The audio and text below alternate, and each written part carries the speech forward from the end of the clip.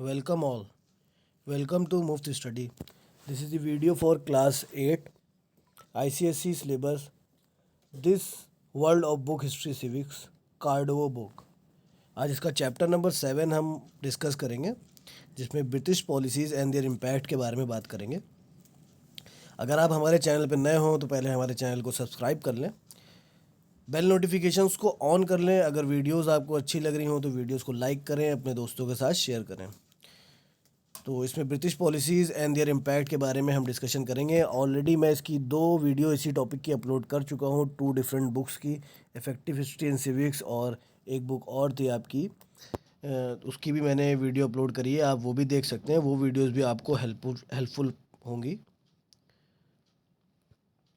तो इसमें कुछ की टर्म्स दिए हुए हैं, ये आप अपने आप से इनको पढ़ सकते हैं। हम डिस्कशन करते हैं इस पूरे चैप्टर का। इसमें यहाँ पे ग्राफ दिया हुआ है कि कौन कौन सी पॉलिसीज़ ब्रिटिशर्स लाए थे। रेगुलेटिंग एक्ट, पिक्ट India act, permanent settlement, ryotwari system और महलवारी सिस्टम लाए थे। रेगुलेटिंग एक्ट 1773 में आया था। पिट्स इंडिया एक्ट आपका 1784, permanent settlement 1793, ryotwari system 1820, mahalwari system 1822। The British domination of India brought about many changes in the administrative culture, social, educational, economic setup of India. अब जब Britishers India में आ गए थे, वो तो इंडिया में हर चीज़ में अपने आ रहे थे और इंटरफेरेंस कर रहे थे। तो उन्हीं ने धीरे धीरे बहुत से चेंजेस लाए थे। इंडिया के एडमिनिस्ट्रेटिव सिस्टम में लाए, कल्चरल सिस्टम में लाए, एजुकेशनल सिस्टम में भी लाए चेंजेस, और इकोनॉमिक सेटअप को भी चेंज किया इंडिया का। Let us take a look at the Indian economy before the advent of British. अब ब्रिटिश के आने से पहले इंडियन इकनॉमी कैसी थी उसके बारे में बात कर लेते हैं। The Indian economy at that time was mainly a rural economy with 95% of the population living in the village. Britishers के आने से पहले इंडिया में ज़्यादातर लोग गांव में ही रहते थे, और 95% जो आपकी पॉपुलेशन थी इंडिया की, वो विलेजर्स ही थे। The remaining 5% live in town and cities. और 5% लोग जो थे इंडिया के, वो टाउन से सिटीज़ में रहते थे, क्योंकि इंडिया उस टाइम इतना डेवलप था नहीं। ज़्यादातर रूरल ही एरिया था, अर्बन एरिया था नहीं। These town and cities were important centre of trade, commerce and industries. और ये जो टाउन सिटीज़ थे, यही मेन इंपॉर्टेंट सेंटर थे। कहाँ के? यहीं पे व्यापार होता था, बिजनेस होता था, इंडस्ट्रीज़ यहीं पे थी। Thereafter, closely connected to these larger town, village also emerged as a small unit which were economically sufficient. Sustenance was guaranteed to the Indian villages due to the presence of handicraft industries. Villages mainly thrive on these industries as their product to fulfill the need of the village community. अब क्या था कि जो handicraft industry थी India की, villagers में लोग हाथ के कारीगर ज़्यादा होते थे, तो वहाँ पे इंडिया के प्रोडक्ट, जो हैंडीक्राफ्ट प्रोडक्ट बनते थे, वही वहाँ पे आते थे और वहीं वो बिकते थे। तो विलेजर्स जो थे, वो उनका मेन सोर्स भी एक तरह से वो भी माना जा सकता है कि वो अपने ही प्रोडक्ट को बनाते थे और उसी विलेजेस में बेचते थे, जो उनकी इकोनॉमिक सोर्स थी, उनकी इनकम की एक सोर्स थी। The handicraft industry mainly include potters, weavers, artisans and craft people. In addition to this, agriculture being a significant means of livelihood, along with the handicraft industry, met the demand and need of the villages people. अब क्या था कि handicraft किसको बोला जा रहा है? Handicraft जो आप जानते हैं, कुम्हार, जो पॉटर्स होते थे, मिट्टी के गमले बनाते हैं, मिट्टी की चीज़ें बनाते हैं। वीवर्स जो होते हैं, जो आपकी दरियाँ वगैरह बिनते हैं। आर्टिशंस होते हैं, क्राफ्टमैन्स होते हैं, ये सब आपके हैंडीक्राफ्ट इंडस्ट्रीज़ में आते थे। उसके बाद मेन जो इकोनॉमिक सोर्स था विलेजर्स का, वो मेन सोर्स ये था एग्रीकल्चर। वो लोग खेती किसानी करते थे, क्रॉप उगाते थे, तो उससे जो भी रेवेन्यू आता था वो उनका मेन सोर्स था। एग्रीकल्चर भी एक बहुत बड़ा सोर्स था उस वक्त इंडिया में। This help people emerge as the independent economic unit as they did not have to depend on external means of survival. अब ये जो एक मेन सोर्स था उस टाइम के विलेजर्स में जो लोग रहते थे, उनका एक मेन सोर्स था। इसकी वजह से क्या होता था कि उनको किसी और चीज़ पर डिपेंड होने की ज़रूरत नहीं थी। उनके हाथों में हुनर था, तो वो गमले वगैरह बनाते थे, कपड़े वगैरह बिनते थे, उससे उनकी कमाई होती थी। और एग्रीकल्चर एक मेन सोर्स था, क्रॉप उगाते थे, उससे उनकी कमाई होती थी, और इससे उनको किसी और एक्सटर्नल मीन पे जाने की ज़रूरत नहीं थी अपने सर्वाइवर के लिए। वो अच्छा खासा कमा खा रहे थे इसी से। The system of revenue collection existed at this time to.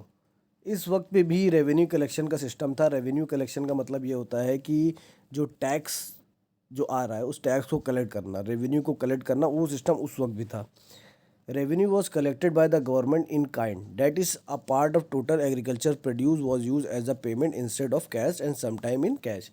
तो जो उस वक्त गवर्नमेंट जो रेवेन्यू लेती थी किसानों से या फार्मर से, तो वो इस तरह से होता था कि किसान जितनी भी फसल उगाते थे उसका कुछ हिस्सा वो गवर्नमेंट को दे देते थे टैक्स के फॉर्म में, और पैसा देते नहीं थे। कभी कदार वो उसके बदले कैश भी दे दिया करते थे गवर्नमेंट को रेवेन्यू के टर्म्स में। तो क्रॉप दे देते थे या पैसा दे देते थे।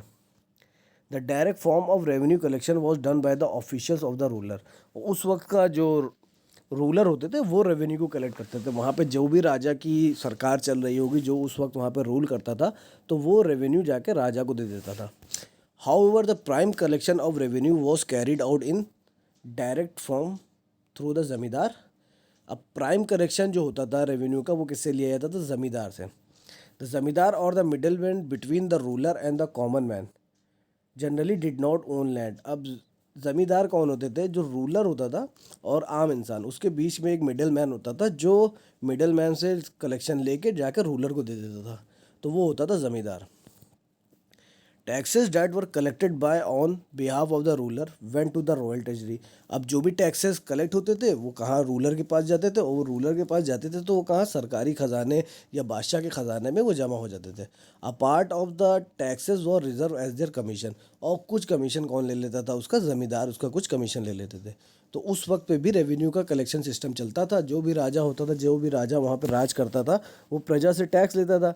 वो टैक्स इसलिए लेता था क्योंकि उसको प्रजा को चलाना भी है आगे, अपनी सरकार को मतलब रियासत को आगे बढ़ाना, उसके लिए वो टैक्स लेता था। ज़मींदार एक मिडल मैन होता था जो कॉमन आदमी से टैक्स लेके राजा तक पहुंचाता था, और वो अपना कमीशन ले लेता था।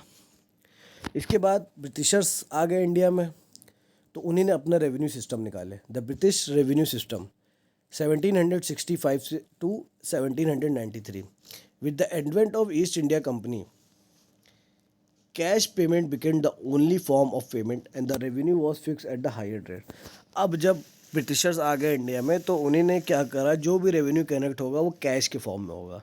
उन्हीं ने क्रॉप्स वाला जो सिस्टम था कि आधी फसल दे दो या फसल का कुछ हिस्सा दे दो, तो वो रेवेन्यू के तौर पे चला जाता था। लेकिन उन्हीं ने क्या करा आके अंग्रेज़ों ने, कि अब कैश नहीं चलेगा, अब कैश ही चलेगा और कुछ नहीं चलेगा। तो खाली जो पेमेंट का फॉर्म होगा वो कैश होगा, और जो रेवेन्यू का रेट था वो भी बहुत हाई था, बहुत फर्दर हाई रेवेन्यू वो ले रहे थे। Further, the signing of the Treaty of Allahabad with Mughal Emperor Alam Shah allowed the company to collect the revenue from the Odisha, now Odisha, Bengal and Bihar. आप जानते होंगे कि क्या हुआ था, एक ट्रीटी साइन हुई थी, इलाहाबाद की ट्रीटी साइन हुई थी, मुगल एम्परर शाह आलम थे उसमें, उनसे साइन हुई थी। तो उसमें कंपनी को दीवानी राइट्स दे दी गई थी। दीवानी राइट्स का मतलब होता है कि कंपनी अब उस जगह का रेवेन्यू कलेक्ट कर सकती है। मतलब अंग्रेज़ों के हाथ में दीवानी राइट्स आ गए थे। कहाँ के आ गए थे? उड़ीसा के, बंगाल के और बिहार के। तो इन तीनों के दीवानी राइट्स आ गए थे अंग्रेज़ों के पास। अब वहाँ के रेवेन्यू को कलेक्ट करने की जिम्मेदारी किसकी हो गई थी? अंग्रेज़ करते थे अपने पास, क्योंकि ट्रीटी साइन हो गई थी उस टाइम पे। जो मुगल एम्परर थे शाह आलम से, उनसे एक ट्रीटी साइन हुई थी, उसको बोलते हैं treaty of Allahabad. However the system of revenue collection exploited the peasant. अब ये जो नया सिस्टम आया था रेवेन्यू का, इसने पूरी तरह से किसानों को बर्बाद कर दिया था। अंग्रेज़ जो भी रेवेन्यू का सिस्टम लेके आए थे, उनके रेट्स बहुत हाई थे, जिसकी वजह से उन्होंने किसानों को पूरी तरह बर्बाद कर दिया था। Cash crop like cotton, indigo, jute were grown widely due to the fix mode of revenue payment. अब जो कैश क्रॉप होती थी, कॉटन, इंडिगो, जूट, इनको बहुत ज़्यादा तादाद में उगाया जा रहा था, क्योंकि इनका जो था एक फ़िक्स मोड था रेवेन्यू का। The decline in the growth of food crop like wheat crop rice affected not only the peasant but the general population as well. अब क्या हो रहा था कि अंग्रेज़ों की वजह से जो कॉटन, इंडिगो और जूट, ये तीनों फसलें बहुत ज़्यादा उगाई जा रही थी, क्योंकि इस पर एक फ़िक्स मोड था रेवेन्यू पेमेंट का।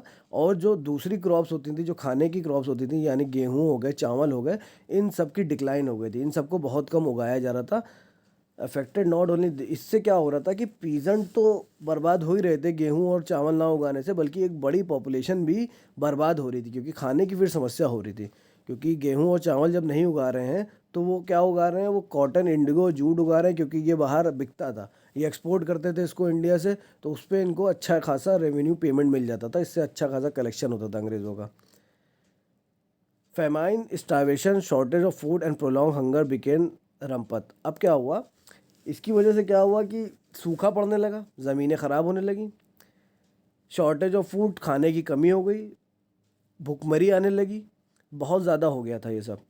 The absence of irrigation method eight this time meant that farmer depend on monsoon for any form of the agriculture production। अब क्या था कि उस वक्त पे इरिगेशन के कोई और तो टेक्नोलॉजी इतनी थी नहीं, और पानी के लिए कोई और साधन नहीं था। वो फार्मर्स हमेशा मानसून पे ही डिपेंड रहते थे कि बारिश होगी तो ही एग्रीकल्चर में प्रोडक्शन होगा, अगर पानी नहीं गिरेगा या बारिश नहीं होगी तो उनकी फसलें बर्बाद हो जाएंगी। A failure of rain therefore led to the further exploitation as the peasants were them forced to borrow money from the money lender who in turn charge high rates of interest। अब क्या हुआ कि जब बारिश नहीं हो रही तो फसलें नहीं उग रही, जब फसलें नहीं उगेंगी तो अब किसान को अपना घर तो चलाना ही है। और तो वो किसान क्या करते थे कि लोगों से पैसा उधार लेने लगे, जो बड़े बड़े मनी लेंडर होते थे जो पैसे उधार पे देते थे उनसे वो पैसा उधार पे लेने लगे, और वो उसके बदले उनको एक हाई इंटरेस्ट चार्ज करते थे उन पैसों के बदले जो उनको भरना पड़ता था। Most of their land was seize by the money lender when they were unable to pay the interest. अब हुआ क्या कि जब पैसे उधार ले रहे हैं किसी से और हाई इंटरेस्ट रेट पे ले रहे हैं, अब उनको वापस भी करना है, वापस करने के लिए उनकी फसलें नहीं उग रही, बारिश नहीं हो रही, फसल बर्बाद हो रही है, तो अब वो देंगे कहाँ से पैसा। तो जो ज़मीन होती थी वो ज़मीन को बेच देते थे, उनकी ज़्यादातर ज़मीनें ही बिक जाती थी। Under such circumstances the Bengal famines of 1770 occur. ये सब तो चल ही रहा था, इतनी ज़्यादा दिक्कतें हो रही थी किसानों को, उसके बाद सूखा पड़ गया बंगाल में, फेमाइन 1770 का। It was one of the most brutal form of destruction that can be label as a practical and unavoidable phenomena. ये बहुत ही ख़तरनाक सूखा पड़ा आके, इतनी परेशानियां पहले ही चल रही थी, बारिश नहीं हो रही थी, ज़मीनें बिक रही थी, क्रॉप बर्बाद हो रही थी, उसके बाद एक सूखा पड़ गया, बंगाल फेमाइन के नाम से उसको जानते हैं हम लोग, 1770 में। उसमें ये बहुत ज़्यादा डिस्ट्रक्शन लेके आया है, क्योंकि एक ऐसा फिनोमेना बन गया, ये अनप्रडिक्टेबल भाई नेचर की वजह से नेचुरल फिनोमेना था, इसको अवॉइड कर नहीं सकते थे और इससे बहुत ज़्यादा नुकसान हुआ। The famine wiped out 1/3 of the total population. अब इस फेमाइन की वजह से हुआ क्या कि लगभग 1/3 1/3 पॉपुलेशन ही ख़त्म हो गई। इतना ज़्यादा भूखमरी हुई, इतनी ज़्यादा तबाही मचाई इस फेमाइन ने कि 1/3 पॉपुलेशन 1/3 ऑफ द पॉपुलेशन ही पूरी की पूरी ख़त्म हो गई। However, it also brought a major setback to the prevailing system of the revenue collection। और जो पुराना सिस्टम चल रहा था रेवेन्यू कलेक्शन का, उसको भी एक बड़ा सा सेटबैक पहुंचा इस फेमाइन की वजह से। The huge sum of revenue collected from the various areas under the company neglected the well being of the common masses. अब क्या हुआ कि कंपनी का तो काम था कि रेवेन्यू कलेक्ट करना है, तो कंपनी रेवेन्यू कलेक्ट कर रही थी, लेकिन वो इतना रेवेन्यू कलेक्ट कर रही थी और इस वक्त पे भी वो रेवेन्यू कलेक्ट कर रही थी जब वहाँ पे एकदम बर्बादी और तबाही आ चुकी थी, तो कॉमन जो लोग थे वो उनके बारे में नहीं सोच रहे थे। Instead it was used to maintain military expense, administrative cost and also finance salary of official and activities of the company. अब वो क्या कर रहे थे, वो ये देख रहे थे कि जो रेवेन्यू जनरेट हो रहा है इससे वो अपने मिलिट्री एक्सपेंस मतलब अपनी आर्मी को मजबूत करें, अपना जो एडमिनिस्ट्रेशन वो चला रहे हैं उसके खर्चे उठाएं, और जो उनके ऑफिशियल्स कंपनी में काम करते हैं उनको सैलरी प्रोवाइड करें। कॉमन पब्लिक के बारे में वो बिल्कुल नहीं सोच रहे थे। The revenue was chosen to generate raw material for the growing industries in England. और जो रेवेन्यू आ रहा था उस रेवेन्यू से वो क्या कर रहे थे कि रॉ मटेरियल खरीद रहे थे इंडिया से। कहाँ? इंग्लैंड में जो इनकी कंपनी थी उसके लिए खरीद रहे थे, इंग्लैंड में जो उनकी इंडस्ट्रीज थी उसके लिए रॉ मटेरियल इंडिया से खरीद रहे थे और इंडिया के ही पैसों से खरीद के वहाँ भेज रहे थे। The British government demanded a large share of the revenue to be paid by the company as the home charges. Not even a small amount of the revenue was use to irrigate starvation exploitation from the lives of the people. अब जितना भी revenue वो collect कर रहे थे वो अपने ऊपर ही उसको लगा रहे थे, उसमें से 1 रुपया भी वो हिंदुस्तान की जनता के लिए नहीं खर्चा कर रहे थे। जो लोग भूखमरी से मर रहे हैं, जिनकी बर्बादी हो गई है सूखा पड़ने की वजह से और उनकी फसल पूरी तरह बर्बाद हो चुकी है, वो उनके लिए कुछ काम नहीं कर रहे हैं। वो सारा पैसा ब्रिटिश गवर्नमेंट जो है, वो जो ईस्ट इंडिया कंपनी यहाँ रेवेन्यू कलेक्ट कर रही है, तो वहाँ की British government east India company से ही लेके पैसा कहाँ भेज रही है? इंग्लैंड में, जो अपनी इंडस्ट्रीज़ को मजबूत कर रही है और हिंदुस्तान के लोगों के बारे में बिल्कुल नहीं सोच रही। यहाँ पे एक फिल इन द ब्लैंक्स दिया गया हुआ है, कुछ रिवीजन है, क्विक रिवीजन जो अभी आपने पढ़ा है उसी के बारे में। तो इसमें लिखा हुआ है, before the advent of the British the Indian economy was mainly a rural economy, right, क्योंकि वहाँ पे पूरे की पूरा गांव था। The treaty of Allahabad allowed the British to collect the revenue from Bihar, Orissa and Bengal. ये भी है कि ट्रीटी ऑफ इलाहाबाद किसके बीच में हुई थी, शाह आलम के बीच में हुई थी, और उसमें कौन कौन से दीवानी राइट्स दिए गए थे उनको। कौन कौन से दीवानी राइट्स का मतलब है वो रेवेन्यू कलेक्ट कर सकते थे, बिहार, उड़ीसा और बंगाल का।